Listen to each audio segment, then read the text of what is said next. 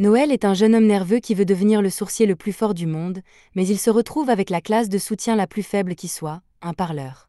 Dans ce monde, il existe des phénomènes appelés abysses qui sont liés aux profondeurs de l'enfer. En ce jour maudit, le matchmaking est tombé en panne et le village de Noël a été attaqué par des démons de niveau 12. Le grand-père de Noël est le seul du village à avoir les compétences nécessaires pour se battre contre les démons. Il prend donc sa hache et dit à Noël de rester caché pendant qu'il repousse les démons jusqu'à l'arrivée des secours. Cependant, Noël sait qu'il n'y a aucune chance que les secours arrivent dans une telle situation, et que se battre seul contre tous ces démons est une condamnation à mort. Il ne croit pas que son grand-père puisse revenir vivant d'un tel combat, mais ce dernier lui assure qu'il peut y faire face.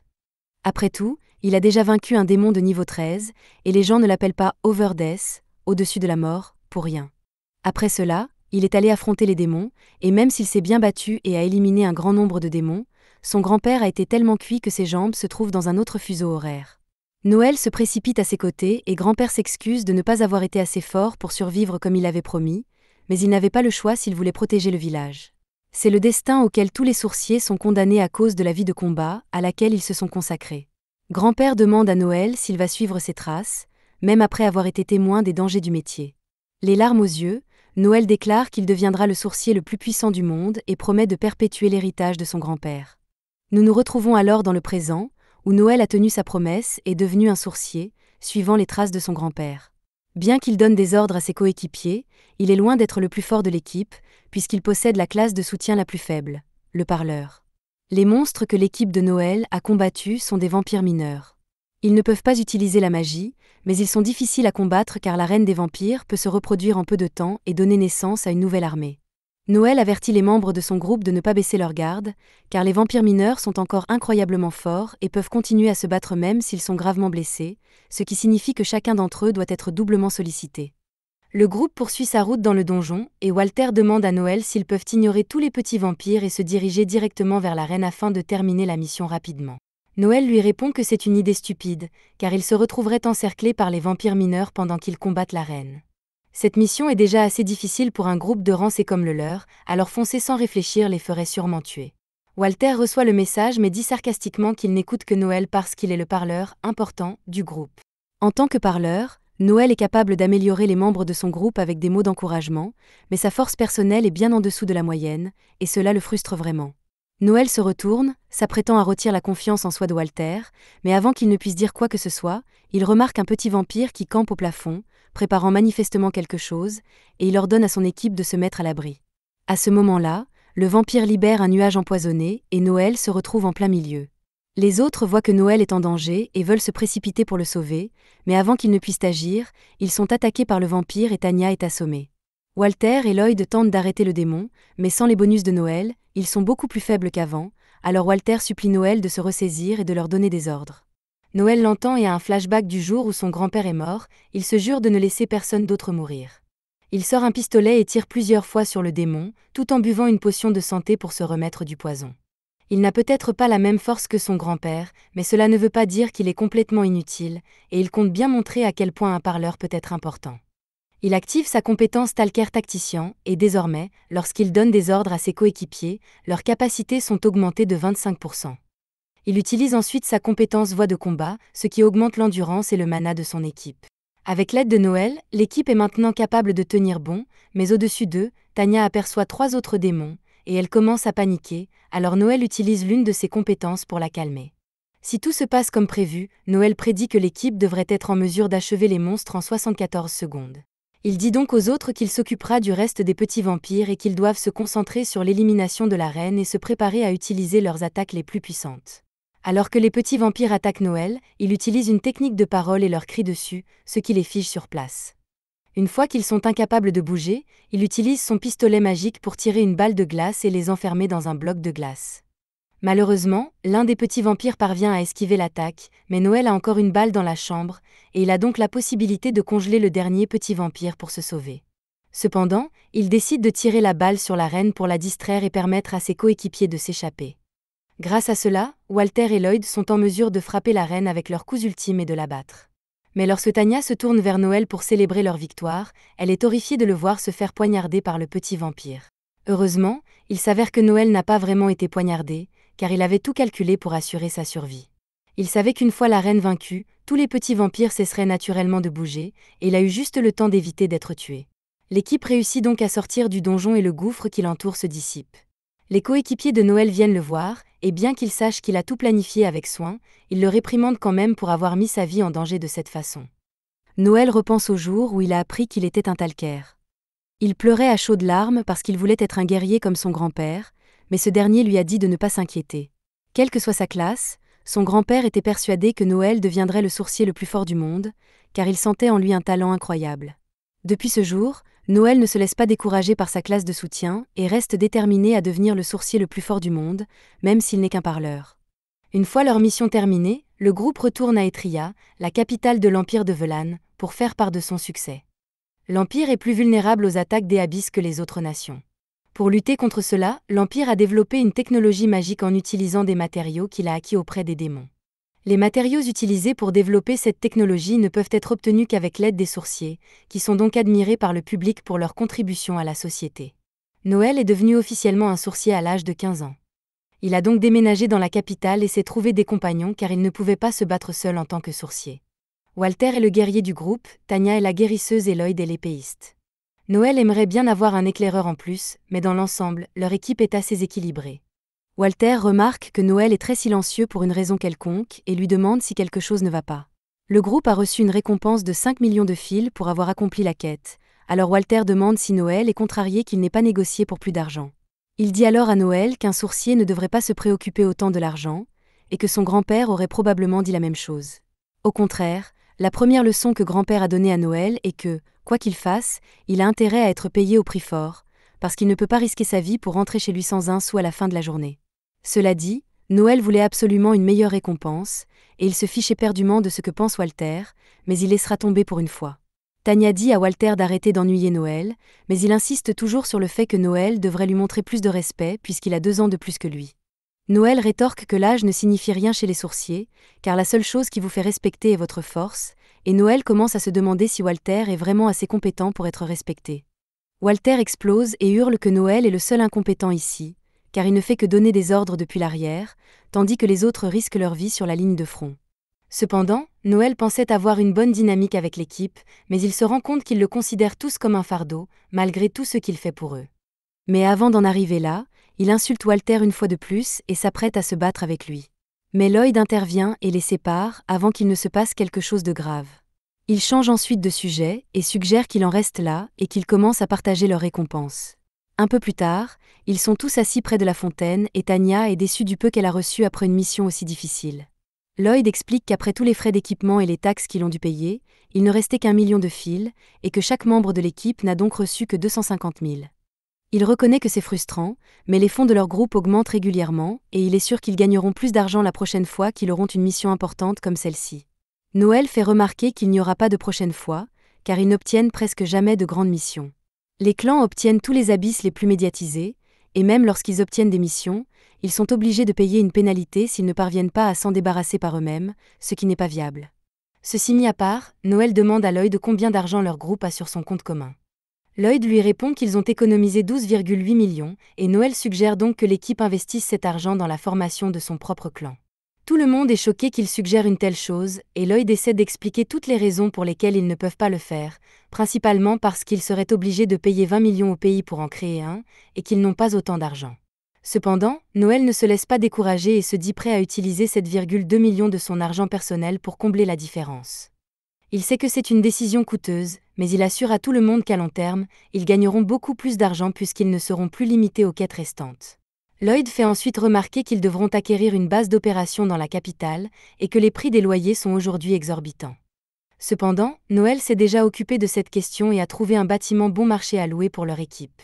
Tanya intervient et mentionne qu'ils sont tous des débutants de rang C et qu'ils ne pourraient donc pas gérer un clan, mais Noël ne pense pas que ce soit une bonne excuse pour éviter de former un clan. S'ils ne franchissent pas le pas maintenant, ils ne seront jamais prêts à diriger un clan par eux-mêmes. Noël a étudié la gestion d'un clan, il connaît donc toutes les procédures à suivre. La seule chose qu'il n'a pas, c'est l'expérience, et la seule façon d'acquérir de l'expérience dans un clan, c'est d'en fonder un, alors même si c'est difficile, il n'y a pas d'autre solution. Noël a raison, mais Lloyd reste persuadé qu'ils n'obtiendront pas de bons postes car ils n'ont pas prouvé qu'ils étaient dignes de confiance. C'est là que Lloyd se trompe.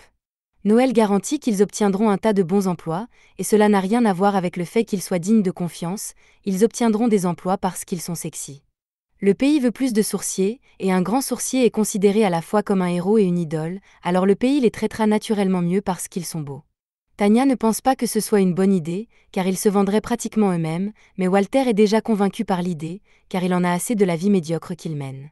Il veut connaître la gloire et la richesse, et rien de ce que Tanya peut dire ne pourra l'en dissuader.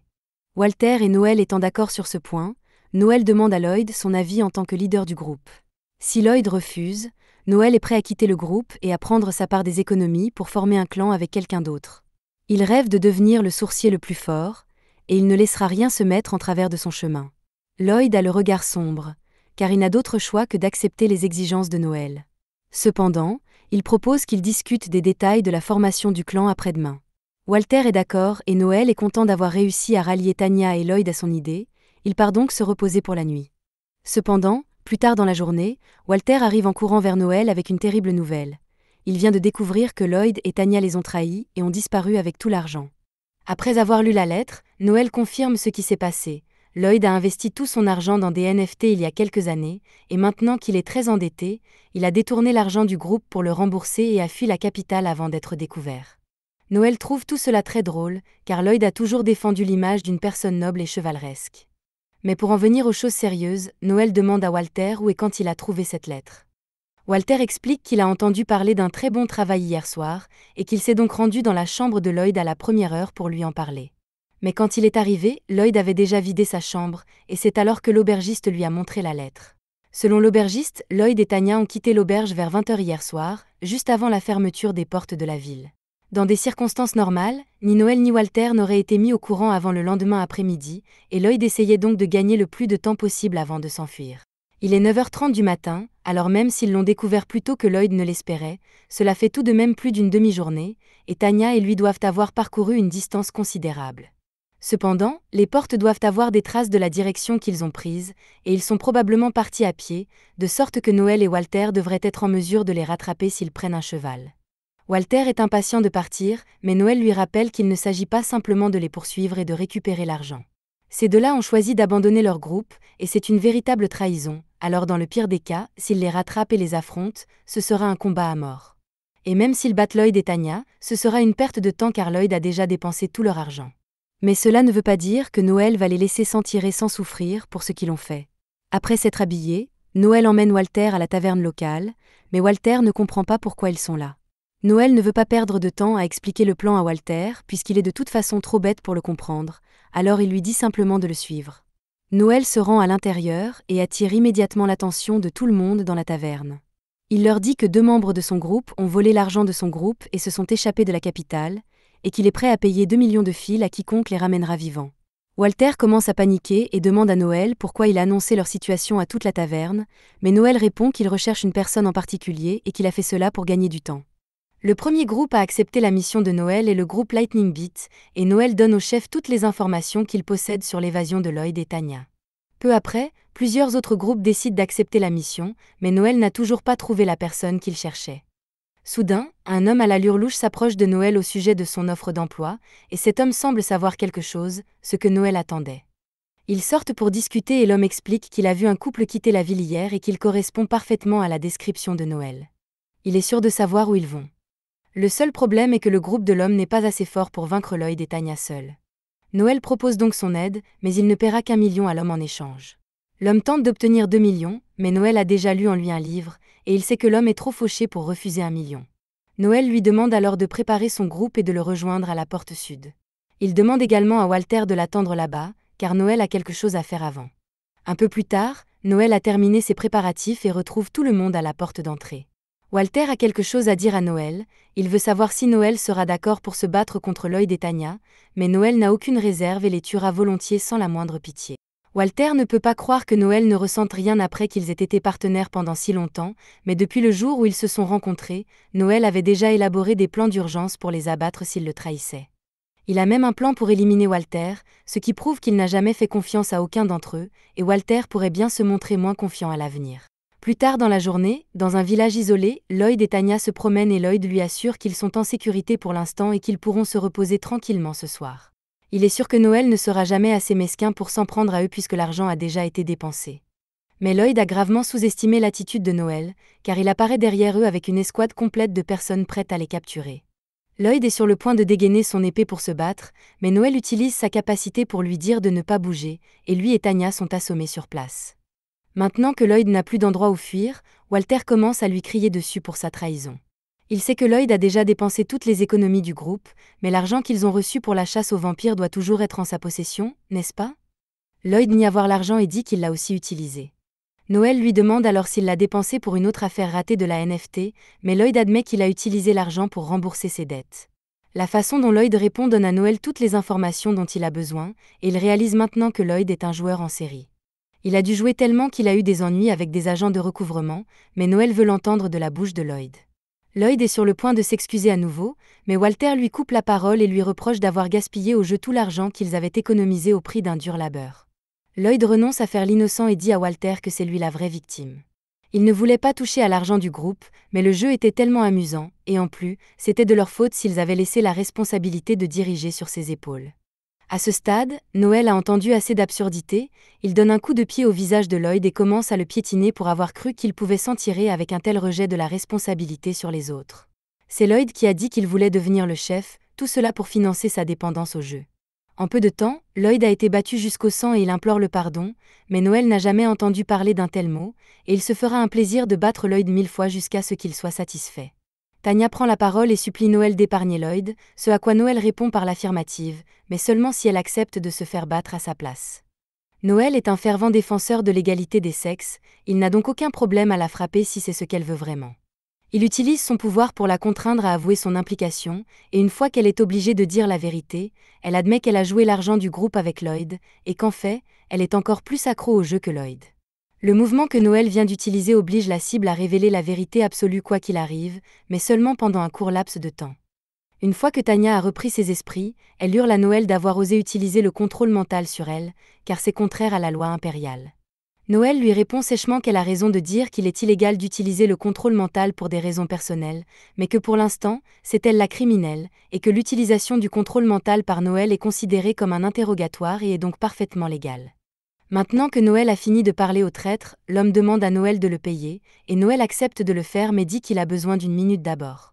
L'homme n'aime pas qu'on lui dise d'attendre, alors il attrape Noël et l'accuse d'essayer de leur soutirer l'argent. Mais Noël entraîne l'homme sur le sol et lui assure qu'il sera payé pour son travail et qu'il n'a qu'à se taire et à attendre.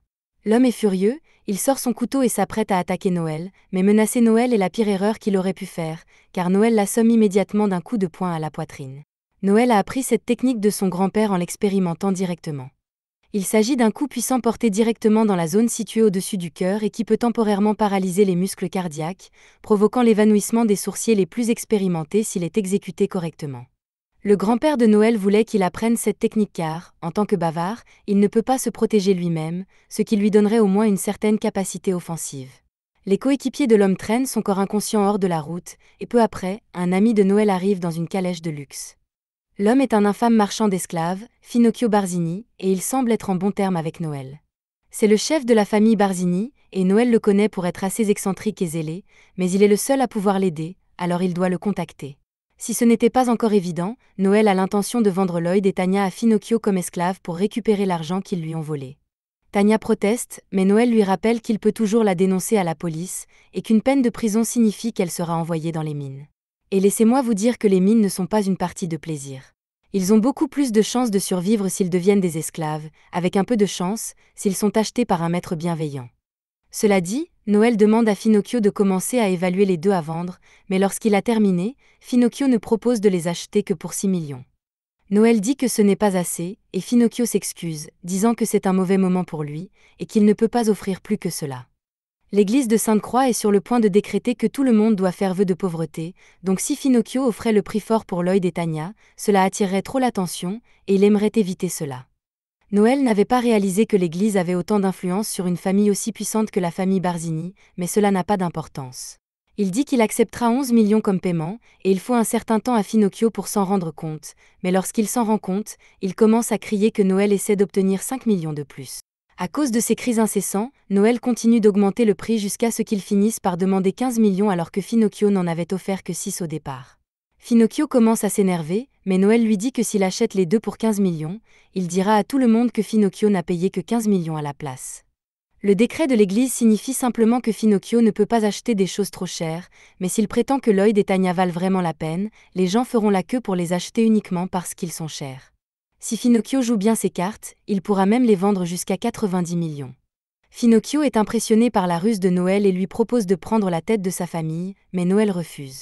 Finocchio comprend, et il est d'accord avec le marché, mais avant de finaliser les choses, il va voir le gars dépenaillé de son groupe pour l'avertir de ne pas dire un mot de tout cela, à moins qu'il ne veuille mourir d'une mort douloureuse. Sur ce, il remet à Noël un acompte pour les deux esclaves et commence à les emmener. Tanya supplie Noël de ne pas faire cela, mais une fois encore, le pardon n'existe pas dans son dictionnaire. Elle se tourne alors vers Walter et lui demande de faire quelque chose. Elle sait que Walter a le béguin pour elle s'attend donc à ce qu'il la sauve, mais Walter refuse. Elle commence alors à le réprimander avec toutes les insultes qu'elle peut trouver, et le regard de Walter est impayable car il n'aurait jamais pu imaginer qu'elle puisse lui dire de telles choses. Maintenant que le marché est conclu, Noël donne à l'homme son paiement d'1 million et s'en va avec Walter. Après cet incident, Walter s'interroge sur ses choix de vie et envisage sérieusement de démissionner de son poste de sourcier, mais Noël lui dit que ce n'est pas de sa faute. Dans ce métier, vous allez rencontrer beaucoup de gens, et beaucoup d'entre eux seront des traîtres. Walter n'est peut-être pas très fort mentalement et il est peut-être un peu bête, mais Noël croit qu'il est un guerrier doué, alors il veut continuer à se battre à ses côtés et reconstruire leur groupe ensemble. Cependant, Walter ne peut se résoudre à accepter et refuse de vivre la vie d'un sourcier après ce qui vient de se passer. Noël comprend et accepte les souhaits de Walter. Alors que Walter quitte la ville, Noël lui souhaite bonne chance pour la suite et lui fait ses adieux, mais Noël, lui, n'a pas encore abandonné son rêve. Il est déçu que son groupe ait été dissous, mais il refuse que cela l'empêche de devenir le plus fort. Il a donc l'intention de reconstruire le groupe Blue Beyond et de le rendre plus fort que jamais. Noël publie un avis de recherche de nouveaux membres pour le groupe, mais pendant qu'il attend que les gens se présentent, Wolf ne cesse de le harceler. Il dit à Noël que personne ne se présentera parce que toutes les personnes qui sont assez compétentes pour répondre aux exigences de Noël sont déjà dans un groupe, et il n'a pas tort, mais Noël lui dit de s'occuper de ses affaires. Wolf continue de parler et dit à Noël qu'il aimerait bien qu'il rejoigne Lightning Beat. Noël y réfléchit un instant et Lightning Beat est certainement un bon choix pour un groupe avec tous ses membres compétents, Wolf l'épéiste et Lisha l'archer, ainsi que d'autres membres forts. Dans l'ensemble, ce n'est pas une mauvaise proposition et Wolf rappelle à Noël qu'il pourrait gagner beaucoup d'argent s'il rejoignait son groupe. Cependant, Lisha et les autres membres de Lightning Beat disent à Wolf qu'il ne devrait pas être aussi pressant sur ce genre de choses. À la surprise générale, Noël dit à Wolf qu'il accepte de rejoindre Lightning Beat, mais seulement à la condition qu'il devienne le nouveau chef du groupe. Les autres membres du groupe ne semblent pas s'opposer à ce que Noël devienne leur nouveau chef, et Wolf n'arrive pas à croire qu'ils aient tous accepté si facilement. Mais le choix leur semble facile, car Noël est certainement beaucoup plus intelligent que Wolf. Wolf admet que Noël est peut-être plus intelligent que lui, mais il est toujours celui qui a fondé Lightning Beat, et il n'est donc pas prêt de céder sa place à Noël. À ce moment-là, une fille apparaît derrière tout le monde, et ils sont tous surpris car aucun d'entre eux n'a pu la sentir venir, pas même Lisha, et elle a des oreilles d'elfe. La mystérieuse jeune fille se présente sous le nom d'Alma et dit qu'elle est ici pour demander à rejoindre le groupe de Noël, qui s'assoit donc avec elle et commence l'entretien. Tout d'abord, il lui demande si elle est mineure, car il ne veut pas avoir de problème avec l'Empire, mais heureusement, Alma a 21 ans, donc elle est assez âgée pour devenir sourcier. Après cela, les membres de Lightning Beat commencent à lui poser toutes sortes de questions personnelles, comme ses loisirs et ses livres préférés, mais ce que Noël veut vraiment savoir, c'est son travail et son rang. Alma répond en disant qu'elle est éclaireuse de rang C. Noël pense que c'est un coup de chance, car cela fait un moment qu'il cherche une bonne éclaireuse. Mais avant de l'accepter, il a une dernière question et lui demande pourquoi elle veut devenir sourcier. Alma l'informe qu'elle n'est pas vraiment intéressée par la carrière de sourcier, mais qu'elle est simplement venue voir Noël, le petit-fils de Verdette. Noël est surpris qu'Alma connaisse son grand-père, mais elle précise qu'elle n'a jamais rencontré Overdette. Cependant, son grand-père s'est battu contre le grand-père de Noël il y a plusieurs années, et cela lui a coûté son bras droit. Noël s'énerve car il pense qu'Alma est ici pour se venger de son grand-père, mais Alma le nie, car elle n'est pas intéressée par les rancunes intergénérationnelles. Elle voulait juste savoir à quoi ressemblait le petit-fils d'un héros légendaire comme Overdette. Son grand-père est mort de toute façon, alors ce n'est pas comme si cela avait de l'importance qu'elle se venge ou non. Noël, curieux, lui demande qui était son grand-père et Alma lui répond qu'il s'appelait Alcor. Tout le bar devient silencieux à la mention de ce nom, car Alcor est célèbre pour être à la tête de la société des assassins. Il tuait n'importe quelle cible à la demande d'un client, à condition d'être suffisamment rémunéré, ce qui lui valait la réputation d'être l'assassin le plus fort. L'un des habitués du bar s'offusque qu'Alma prétende être apparentée à un homme aussi légendaire qu'Alcor, et il ne croit pas un mot de ce qu'elle a dit, alors il l'interpelle. Wolf demande à l'habitué de se calmer, mais il est déjà excité, et il dit à Alma qu'il y a une règle tacite parmi les sourciers, vous devez aller dans le bon bar pour votre rang, sinon vous serez battu par les habitués du bar. Alma n'a jamais entendu parler d'une telle règle, probablement parce que Logan est le seul à la respecter, car il aime avoir l'occasion de tabasser les gens. Cependant, elle interrompt le discours de Logan et dit qu'elle a une question à poser à Noël. Elle veut savoir ce qui détermine le rang d'un sourcier, et Noël lui répond. Votre rang est généralement déterminé par le type d'emploi que vous occupez ou par les compétences dont vous faites preuve. Alma comprend maintenant, et si elle veut prouver qu'elle est assez forte pour être ici, tout ce qu'elle a à faire, c'est d'abattre Logan. Logan est furieux qu'elle pense qu'elle peut le battre, alors il essaie de la frapper, mais elle disparaît sous ses yeux, et en quelques secondes, Logan est assommé. Après ce qu'il vient de voir, Noël saute sur l'occasion et engage Alma immédiatement. Mais Alma a maintenant faim à cause de toute l'énergie qu'elle a gaspillée à battre Logan. Alors Noël l'emmène dehors et lui achète une collation. Alma est stupéfaite par la saveur de la brioche, et Noël trouve cela étrange car elle ne devrait pas être aussi excitée par des brioches ordinaires, mais elle n'a jamais eu l'occasion de manger quelque chose d'aussi bon que cela lorsqu'elle vivait dans les montagnes. En entendant qu'elle a passé toute sa vie dans les montagnes, Noël croit plus facilement qu'elle est vraiment la petite fille d'Alcor. Alma est un peu contrariée que Noël ne l'ait pas cru jusqu'à présent, mais elle l'a quand même cru quand il a dit qu'il était le petit-fils d'Overdette. Son grand-père l'avait prévenu de ne jamais combattre Overdette sous aucun prétexte, car l'homme n'hésiterait pas à tricher de toutes les manières nécessaires pour gagner, et quand elle regarde Noël, ses yeux lui donnent l'impression qu'il ferait la même chose. Noël lui demande si elle a passé son temps dans les montagnes à s'entraîner pour devenir un assassin, ce qu'Alma confirme. Elle doit passer du rang d'éclaireur à celui d'assassin, et bien qu'elle ne l'ait pas encore fait, elle remplit les conditions pour être classée comme éclaireur de rang B. Si c'est le cas, Noël demande pourquoi elle n'a pas encore rejoint la Société des Assassins. Puisqu'elle est plus que qualifiée, et Alma avait l'intention de le faire, mais lorsqu'elle a passé l'examen d'entrée, il y a eu un petit incident. On lui a demandé de combattre un de leurs assassins, mais elle a été déçue parce que son adversaire n'était pas aussi fort qu'elle espérait. Le gars était vexé qu'elle ait traité de faible, alors quand le match a commencé, il a attaqué de toutes ses forces, mais après toutes ses belles paroles, il a raté tous ses coups et a fini au sol. Alma a alors pointé un couteau sur sa tête, et le gars a commencé à plaider pour sa vie, puisque ce n'était qu'un examen et qu'il n'était pas permis de tuer. C'était peut-être le règlement, mais Alma s'en moquait, car son grand-père lui avait appris que seuls les forts pouvaient survivre, et que tous les faibles devaient mourir. Juste avant de poignarder le gars, sa lame se coince et elle est obligée de reculer parce que Simon, le nouveau chef de la Société des Assassins, a refusé qu'elle tue l'un des siens. Après cela, Alma a été rejetée de la Société des Assassins pour des raisons évidentes. La société approuvait ses compétences, mais ne pouvait pas l'autoriser à la rejoindre à cause de ses tendances meurtrières, car il ne voulait pas avoir affaire à elle. Apparemment, la Société des Assassins est en train d'être officiellement reconnue comme une organisation par la famille royale, ce qui signifie qu'elle se concentrera principalement sur le travail d'espionnage plutôt que sur les assassinats, et qu'elle doit garder un casier vierge pour y parvenir. Il faut une seconde à Noël pour réaliser qu'Alma vient de partager un secret national avec lui, et il craint que la société n'envoie des assassins pour le faire taire à cause de cela. Cependant, Noël pense que ce n'est pas grave puisqu'elle peut probablement le protéger si cela devait arriver, même si cela ne le rassure pas. Il n'y a rien qu'il puisse faire maintenant. Alors le lendemain, Noël et Alma se rendent dans la forêt pour s'entraîner au travail d'équipe. Noël demande à Alma si elle sait quelque chose sur les parleurs comme lui, mais elle n'a pas vraiment étudié le sujet, et tout ce qu'elle sait, c'est qu'ils ont de faibles aptitudes au combat, mais qu'ils possèdent de fortes aptitudes de soutien. Noël lui répond qu'elle a raison, mais que les capacités d'un bavard sont bien plus complexes que cela. Par exemple, Noël peut utiliser la commande d'assaut pour rendre ses coéquipiers suffisamment forts pour mettre fin à un combat en un seul coup. Mais s'il l'utilise au mauvais moment, tout son groupe risque d'être anéanti. C'est pourquoi il doit être conscient de tout ce qui se passe pendant le combat et utiliser ses compétences en conséquence pour obtenir le meilleur résultat. Cependant, il y a un inconvénient en tant que bavard, il ne peut pas utiliser de buff sur lui-même, il n'est donc pas censé pouvoir se battre. Bien sûr, cela ne l'a pas empêché jusqu'à présent. Pour commencer son entraînement, Noël explique à Alma qu'il veut qu'elle capture un monstre dans ses bois, et que même s'il n'est pas aussi dangereux que ceux des abysses, il représente une menace suffisamment importante pour être éliminé. Il lui parle des lapins tueurs et Alma les trouve très mignons, mais Noël lui rappelle que ces choses sont toujours dangereuses. Il veut qu'elle attrape un lapin tueur avec l'un de ses buffs actifs sur elle et Alma pense que cela devrait être facile, mais elle dit qu'elle n'a pas besoin de l'aide de Noël pour le faire. Il est vrai qu'Alma est parfaitement capable de le faire seule, mais ce n'est pas pour cela qu'il veut qu'elle utilise l'un de ses buffs. Elle pense peut-être qu'un buff ne fera que la rendre plus forte, mais il faut beaucoup d'entraînement pour pouvoir l'utiliser efficacement. Par exemple, Alma possède une compétence appelée Axel qui double sa vitesse, et qui s'accumule, ce qui lui permet de l'utiliser consécutivement jusqu'à 5 fois. Cependant, elle ne peut pas l'utiliser à pleine puissance dès le départ, car la vitesse accrue lui aurait brisé les os et déchiré les muscles. Et ce n'est qu'avec ses propres compétences. Alors imaginez ce qui se passerait si elle recevait en plus un buffle de Noël. Elle doit entraîner son corps pour qu'il puisse s'adapter à la pression exercée par le buffle de Noël. Alors ils sont ici pour tester sa capacité à le supporter.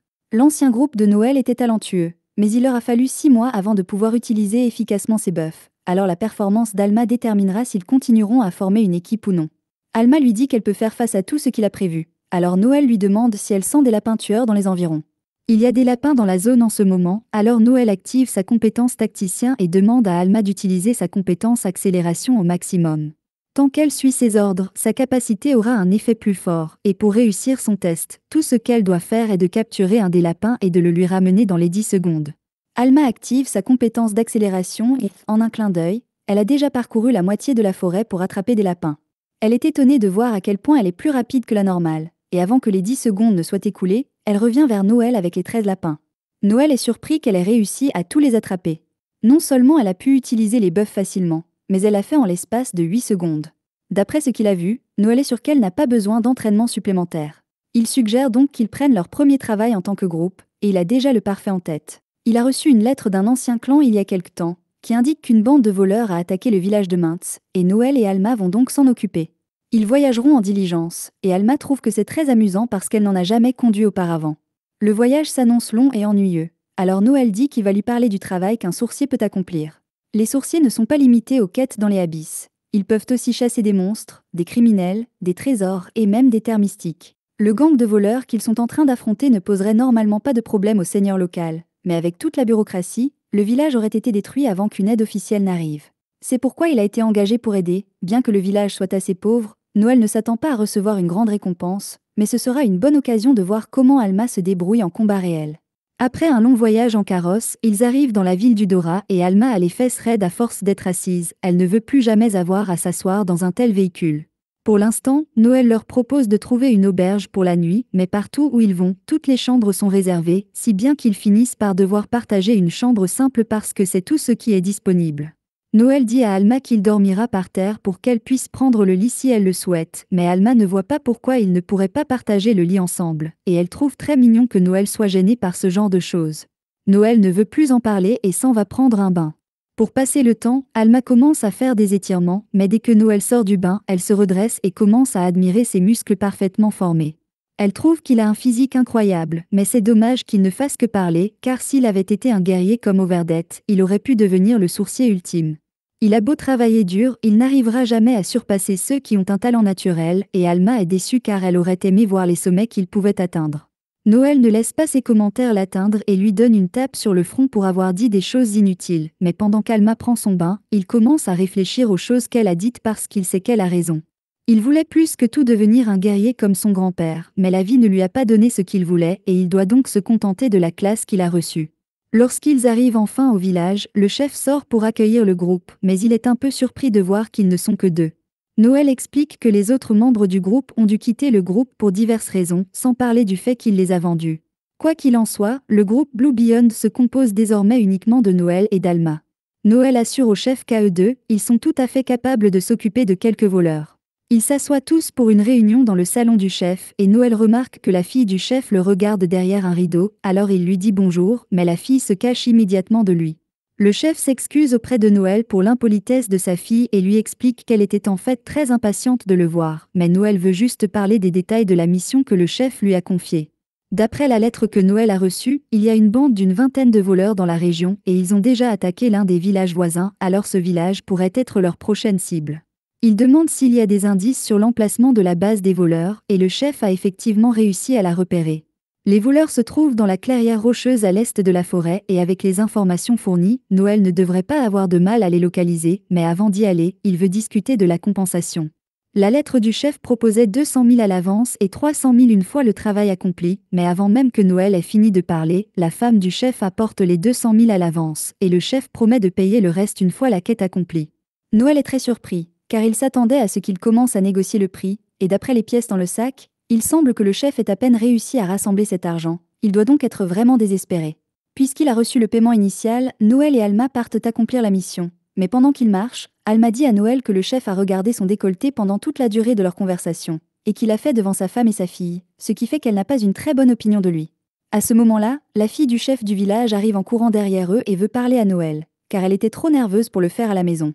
Elle lui montre son jouet, et Noël reconnaît qu'il s'agit de celui qu'il lui a offert la dernière fois qu'il est venu dans ce village. La jeune fille l'a toujours gardé et le chérit plus que tout parce qu'elle aime beaucoup Noël. Elle n'a pas grand-chose d'autre à dire, mais elle promet de lui préparer quelque chose de délicieux à son retour de mission, et Noël dit qu'il s'en réjouit. Alma trouve l'interaction très drôle, car Noël semble avoir un côté gentil, mais il ne veut pas l'entendre de sa bouche. Plus tard dans la nuit, ils arrivent enfin au camp des voleurs, et Noël ne comprend pas pourquoi le chef pensait qu'il n'était que 20, car le nombre de voleurs ici est bien supérieur à 40. Il identifie rapidement le chef du groupe, et le type lui semble terriblement familier, si bien que Noël comprend rapidement qu'il s'agit de Gourdo la lame de rasoir. Sa tête est mise à prix pour 2 millions de livres, mais c'est aussi un éclaireur de haut rang. Alors il demande à Alma si elle est sûre de pouvoir le battre. Alma est sûre qu'elle pourrait gagner si c'était un vrai face-à-face, mais pas vraiment si elle doit faire face à tous les sbires de Gourdo en même temps. Noël s'attendait à cette réponse, alors il dit qu'il a un plan pour s'occuper de tous les hommes de main. Alma est surprise que Noël ait l'intention de se battre avec elle, car s'il s'approche plus qu'il ne le fait déjà, les bandits pourront le détecter, bien qu'Alma puisse s'approcher autant qu'elle le souhaite car elle possède une compétence de furtivité. Noël lui dit d'arrêter de parler et de se concentrer sur ses instructions. Elle fait donc ce qu'on lui dit et saute dans le camp avec sa compétence de furtivité active. Noël et Alma parviennent à maintenir la communication grâce à l'une des compétences de Noël, Link, qui lui permet de partager ses pensées avec ses coéquipiers. Alma arrive bientôt à la tente de Gourdo et informe Noël qu'elle est à portée de main. Noël utilise alors hurlement d'étourdissement, gelant temporairement tout le camp. Dès que tout le monde est sonné, Noël ordonne à Alma de tuer Gourdo. Grâce à sa quintuple accélération, elle fonce dans la tente et le poignarde en plein cœur. Maintenant que Gourdo est mort, il ne reste plus qu'à s'occuper des bandits restants. Noël ordonne donc à Alma de les occuper jusqu'à ce qu'ils puissent descendre, et elle commence à massacrer les soldats qui se trouvent à proximité. En descendant la colline, Noël remarque qu'Alma semble s'amuser un peu trop, et que ses tendances meurtrières pourraient lui poser problème un jour, mais ce jour n'est pas arrivé, alors il la rejoint au combat et utilise sa balle de feu pour réduire en cendres le reste des voleurs. Une fois la mission terminée, ils rentrent tous les deux au village et sont accueillis par le chef du village, qui se réjouit de les voir en vie. Il s'enquiert de la situation des voleurs et Noël l'informe qu'ils ont tous été éliminés, offrant la tête de leur chef comme preuve, mais le chef du village dit qu'il n'a pas besoin de voir la tête coupée. La mission étant terminée, Noël demande le reste de son paiement et le chef lui répond qu'il le lui donnera, mais il l'invitait d'abord à dîner avec eux car sa fille, Chelsea, l'attendait avec impatience. Alors que Noël et Alma s'assoient avec la famille, le chef raconte à Noël que Chelsea a récemment été évaluée en tant qu'épéiste, et Chelsea demande à Noël s'il pense qu'elle peut devenir un sourcier comme lui. Noël lui répond que n'importe qui peut devenir un sourcier, bien qu'il y ait généralement un camp d'entraînement où il faut aller pour apprendre les ficelles du métier, mais Chelsea peut aussi travailler comme support pour un sourcier établi et acquérir de l'expérience de cette façon. Mais pendant qu'il dit cela, le chef et sa femme ont un regard qui indique qu'il ne prépare rien de bon. Un peu plus tard, Chelsea demande à Noël s'il l'autorisera à rejoindre son groupe si elle devient un sourcier puissant à l'avenir. Noël répond que si elle devient puissante dans le futur et qu'elle l'admire toujours, il sera plus qu'heureux de l'accepter dans son groupe et Chelsea est vraiment excitée d'entendre cela. À ce moment-là, le chef et sa femme reviennent dans le salon avec une bouteille de vin et il dit qu'il veut faire la fête, alors il verse un verre de son vin très cher à Noël et à Alma. Cependant, après avoir examiné le vin, Noël dit qu'il ne peut pas boire la première gorgée d'un vin de si grande qualité et il insiste pour que le chef boive la première gorgée. Le chef commence à paniquer et essaie d'inventer une excuse pour expliquer pourquoi il ne peut pas le boire, mais Noël insiste toujours pour qu'il boive le vin en premier parce qu'il sait que le chef l'a empoisonné. Le chef tente de nier avoir empoisonné le vin, mais Noël a de nombreuses raisons de l'accuser. Premièrement, le chef a clairement menti en disant qu'il n'y avait que 20 voleurs pour qu'il n'ait pas à payer autant et quelqu'un qui ferait cela n'ouvrirait jamais une bouteille de vin aussi chère pour des invités. Deuxièmement, le vin n'est même pas cher. Noël peut dire à l'odeur qu'il s'agit du vin le moins cher possible et qu'il a été ouvert il y a longtemps, et enfin, une nette soif de sang émane du chef et de sa femme depuis qu'ils ont sorti cette bouteille de vin. Alma traite l'homme de stupide pour avoir cru qu'il se laisserait prendre à une tentative de meurtre aussi évidente, et le poison n'aurait de toute façon pas fonctionné puisqu'Alma est immunisée contre toutes sortes de poisons. Le chef se met en colère et affirme qu'ils n'ont aucune preuve, mais s'il nie toujours avoir empoisonné le vin, alors Noël dit qu'il ne devrait pas avoir de problème à le boire. Le chef du village pique une crise et crie à Noël de quitter son village immédiatement. Mais Noël utilise sa compétence confession sur lui et force le chef à admettre qu'il avait l'intention de les empoisonner pour ne pas avoir à payer Noël, puis de voler tout leur argent et leur équipement. Chelsea n'arrive pas à croire que son père a vraiment essayé de tuer Noël. Mais maintenant que Noël a entendu la confession, il se lève immédiatement et poignarde le chef dans l'œil avec son pouce. Le chef hurle de douleur, mais Noël est loin d'avoir fini car il va lui arracher l'autre œil, puis le nez et enfin la langue. Le chef le supplie de lui pardonner, mais le pardon est la dernière chose que Noël lui accorderait, surtout pas à quelqu'un qui a essayé de le tuer. Il dit au chef que s'il veut survivre, il devra donner à Noël jusqu'au dernier centime qu'il possède. Le chef supplie Noël de ne pas prendre son argent parce qu'il a des dettes à rembourser et que la famille mafieuse Gambino lui fera des choses terribles s'il manque un paiement, et c'est triste et tout, mais Noël a-t-il l'air d'en avoir quelque chose à foutre?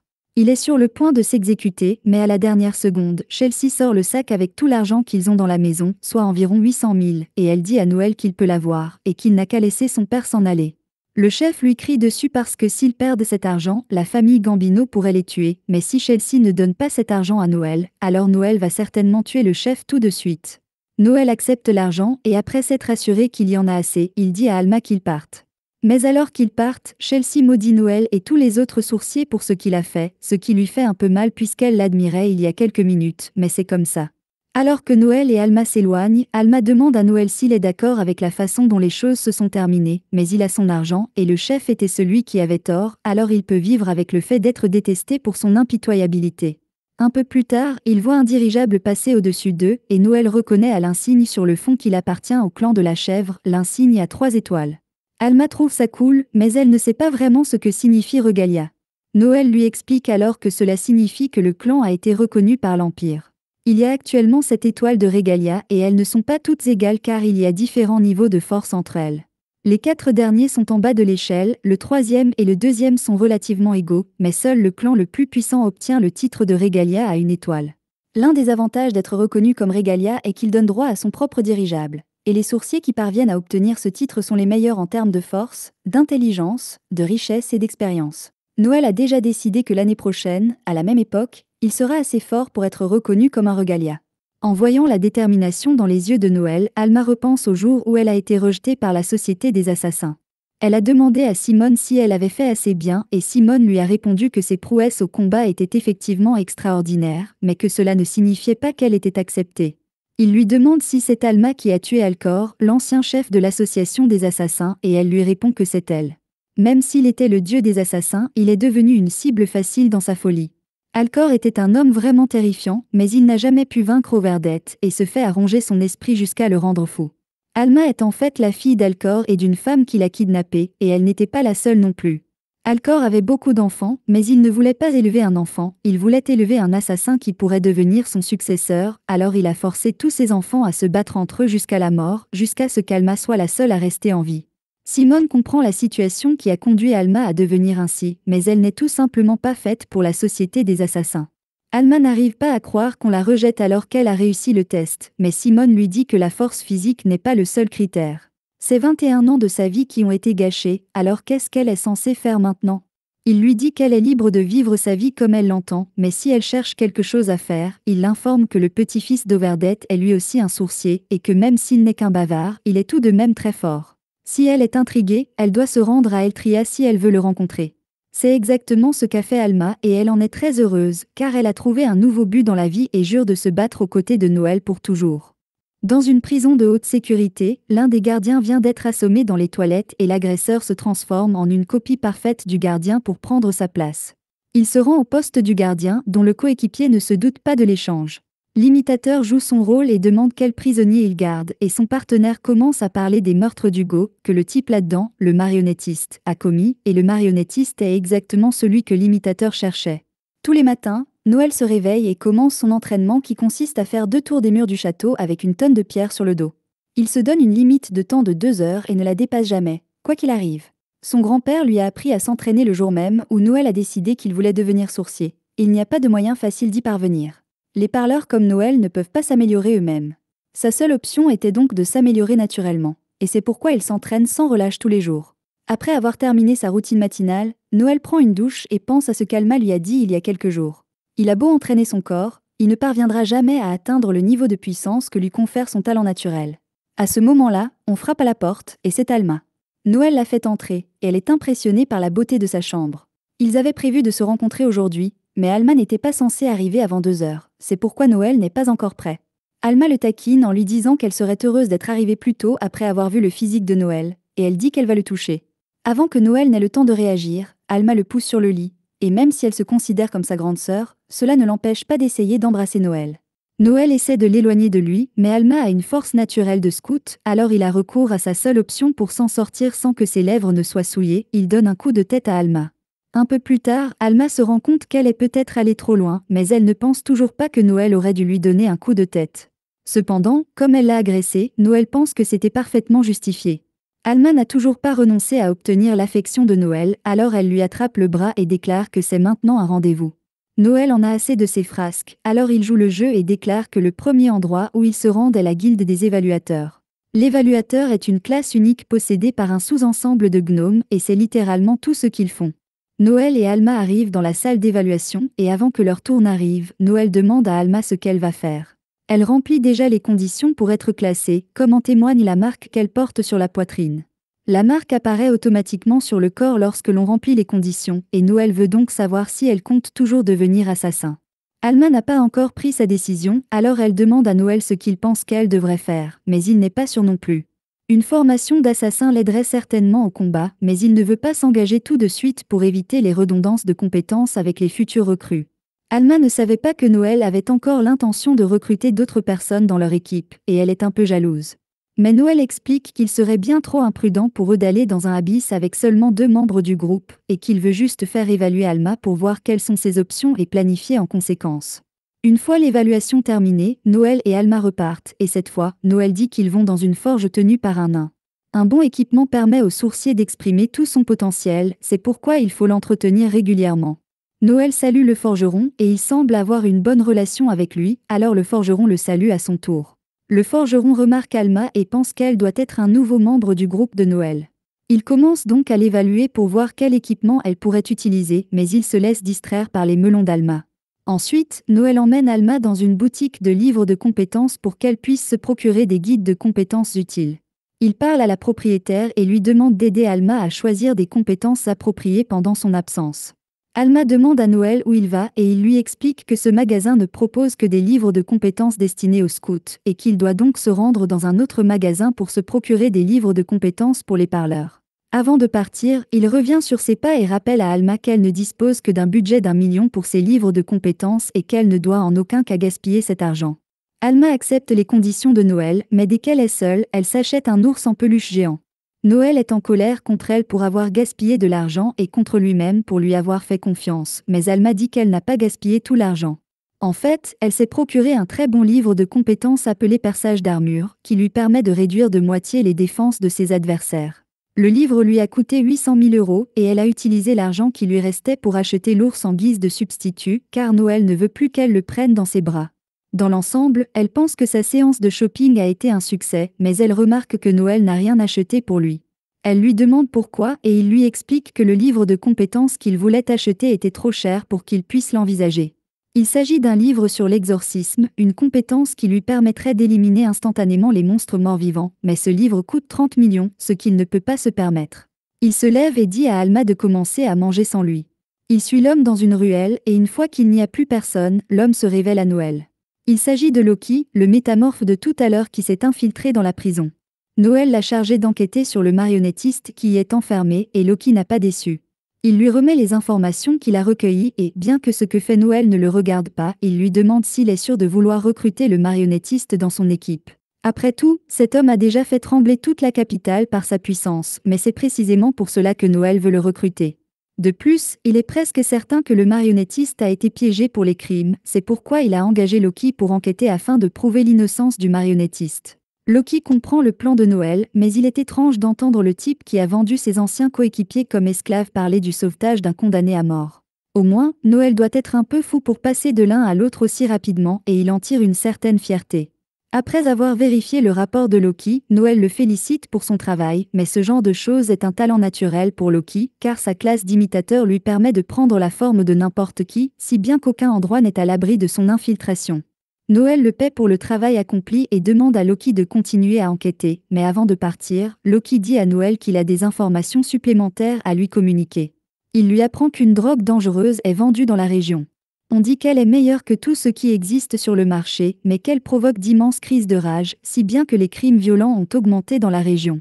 Noël se demande qui serait assez fou pour vendre une telle chose, car la famille Luciano ne manquerait pas d'y mettre un terme dès qu'elle apprendrait. Cependant, le groupe qui vend la drogue est en fait une subdivision de la famille Luciano. Il est donc peu probable que quelque chose soit fait à propos de la drogue. Les responsables de ce territoire sont les Gambino et leur chef, Albert Gambino, est un vrai cinglé. De son côté, Alma est contrariée que Noël l'ait laissée seule si longtemps. Elle essaie de se réconforter en mangeant, mais à ce moment-là, un vieil ami passe par là. Pendant ce temps, Noël traverse le territoire des Gambino et il est assez déçu de l'état actuel des lieux. L'ancien chef de la famille Gambino était un homme bon, à tel point que même Finocchio le respectait.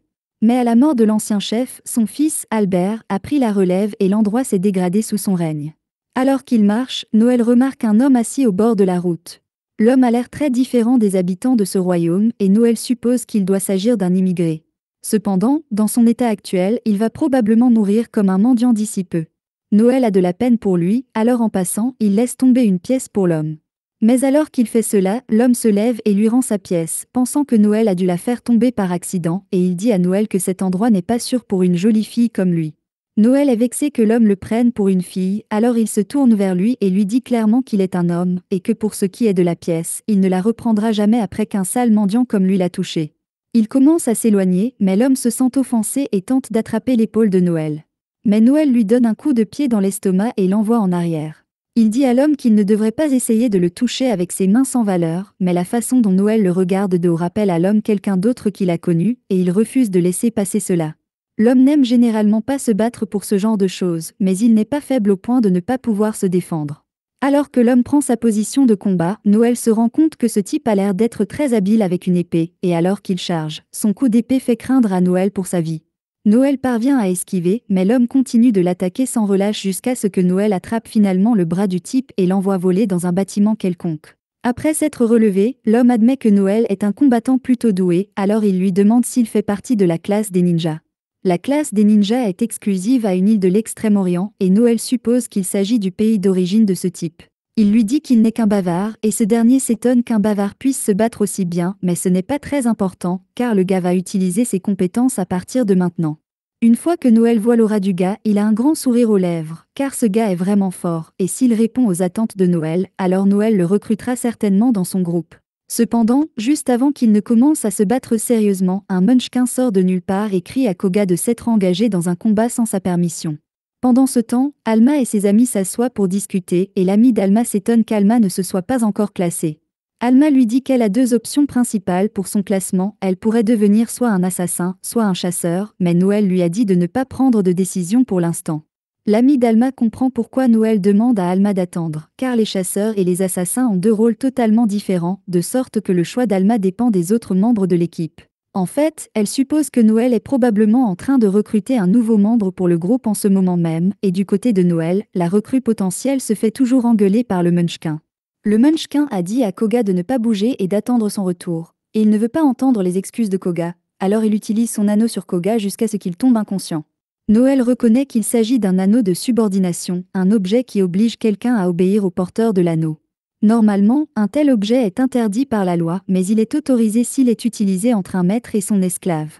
Après que Koga s'est évanoui, le Munchkin se tourne vers Noël et lui demande pourquoi il s'est battu avec Koga, mais il prend aussi Noël pour une fille, et il commence à devenir bizarre, alors Noël lui donne un coup de pied à travers la rue. Le Munchkin demande pourquoi Noël a fait ça, mais Noël le tient en joue et dit que c'est lui qui pose les questions. D'abord, il demande d'où vient le Munchkin puisqu'il ne semble pas venir de cette ville, alors l'homme explique qu'il vient d'un endroit très au sud appelé Soderland, et ensuite, Noël lui demande pourquoi il est venu en Eltrie.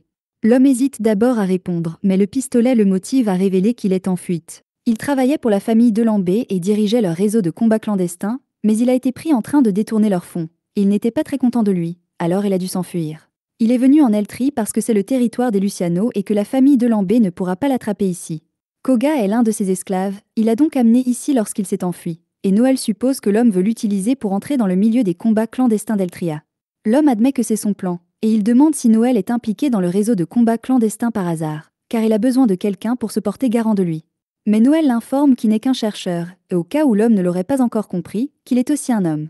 L'homme est choqué que Noël soit un chercheur, mais il est encore plus choqué que quelqu'un avec un si joli visage soit un homme.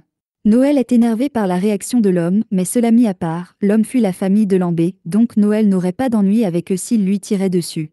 De plus, si le jeune homme est mort, Noël pourra s'approprier Koga. Et quand les avantages sont si importants, le choix est clair pour Noël, alors il exécute l'homme. Je plaisante, Noël est peut-être sans cœur, mais ce n'est pas un meurtrier. Il lui a donné un coup de semonce et lui a épargné la vie, mais s'il ne sort pas d'ici dans les 10 prochaines secondes, Noël ne va pas le rater une deuxième fois. Il se lève, terrifié, et donne un coup de pied à Koga pour qu'il puisse s'enfuir. Alors que Noël aurait aimé avoir la force de Koga, le fait que Koga n'ait pas tué ce Munchkin pour retrouver sa liberté signifie qu'il est faible, et Noël ne veut pas de quelqu'un comme ça dans son équipe. Un peu plus tard, Noël retourne au café, et Licia l'accueille, mais Noël ne se souvient pas de l'avoir invité ici, alors il dit qu'il ne paiera pas pour sa nourriture.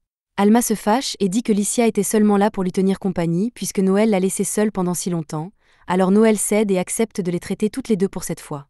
Noël prend ensuite place, et Licia lui demande s'il a réussi à trouver de bons membres pour le groupe. Elle se dit qu'il a dû être occupé à recruter puisqu'il a mis si longtemps à revenir, mais même si cela aurait été bien qu'il recrute quelqu'un, il n'a trouvé personne qui corresponde à ses exigences. Il demande donc à Licia si elle sait quelque chose sur la drogue qui circule en ce moment. Elle en a déjà entendu parler, mais ne sait pas grand-chose.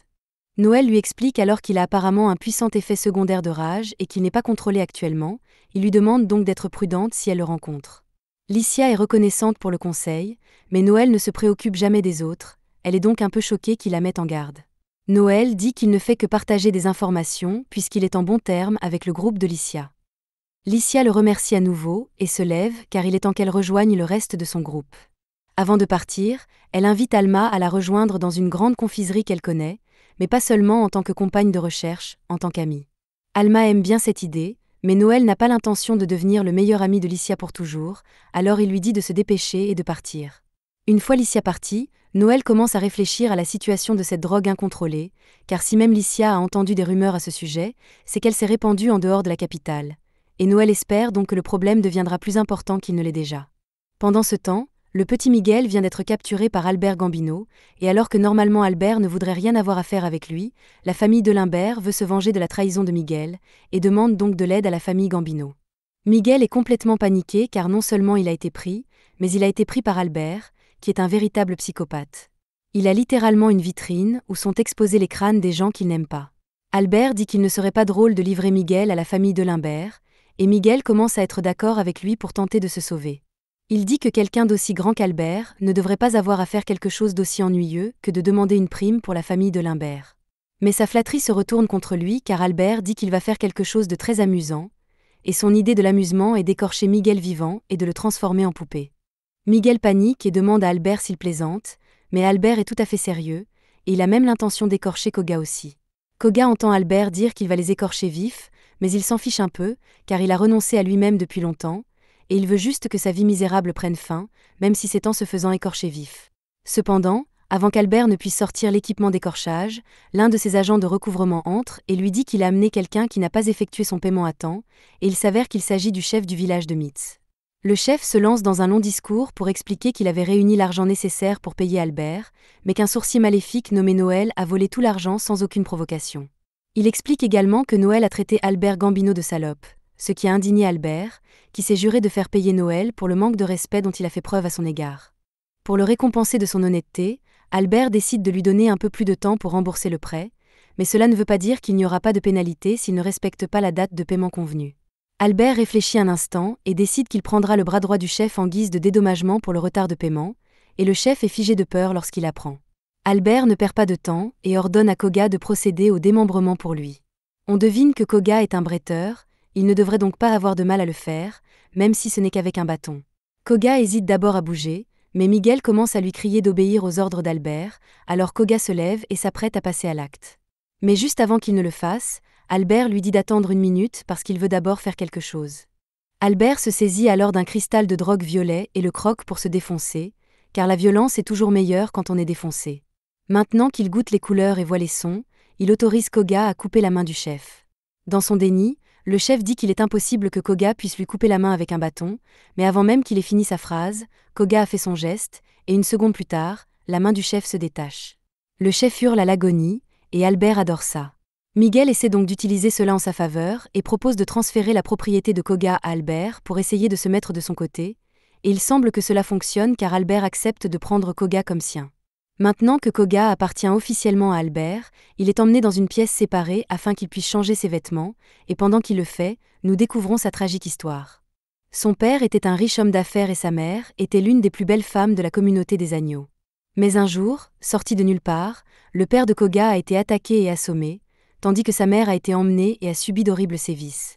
Lorsque le père de Koga reprit conscience, il se précipita pour essayer de défendre sa femme, mais le mal était déjà fait. 9 mois plus tard, Koga naquit, et tandis que sa mère faisait de son mieux pour s'occuper de lui, le père de Koga était devenu amer et plein de ressentiment à l'égard de l'enfant. Aussi, lorsqu'elle vit le regard dédaigneux qu'il portait sur elle, elle n'en put plus et lui planta une épée dans le cou cette nuit-là. Les années passèrent depuis, et le père de Koga était devenu un ivrogne depuis la perte de sa femme, mais Koga aspirait toujours à l'affection paternelle, et il fit de son mieux pour se rendre utile auprès de lui.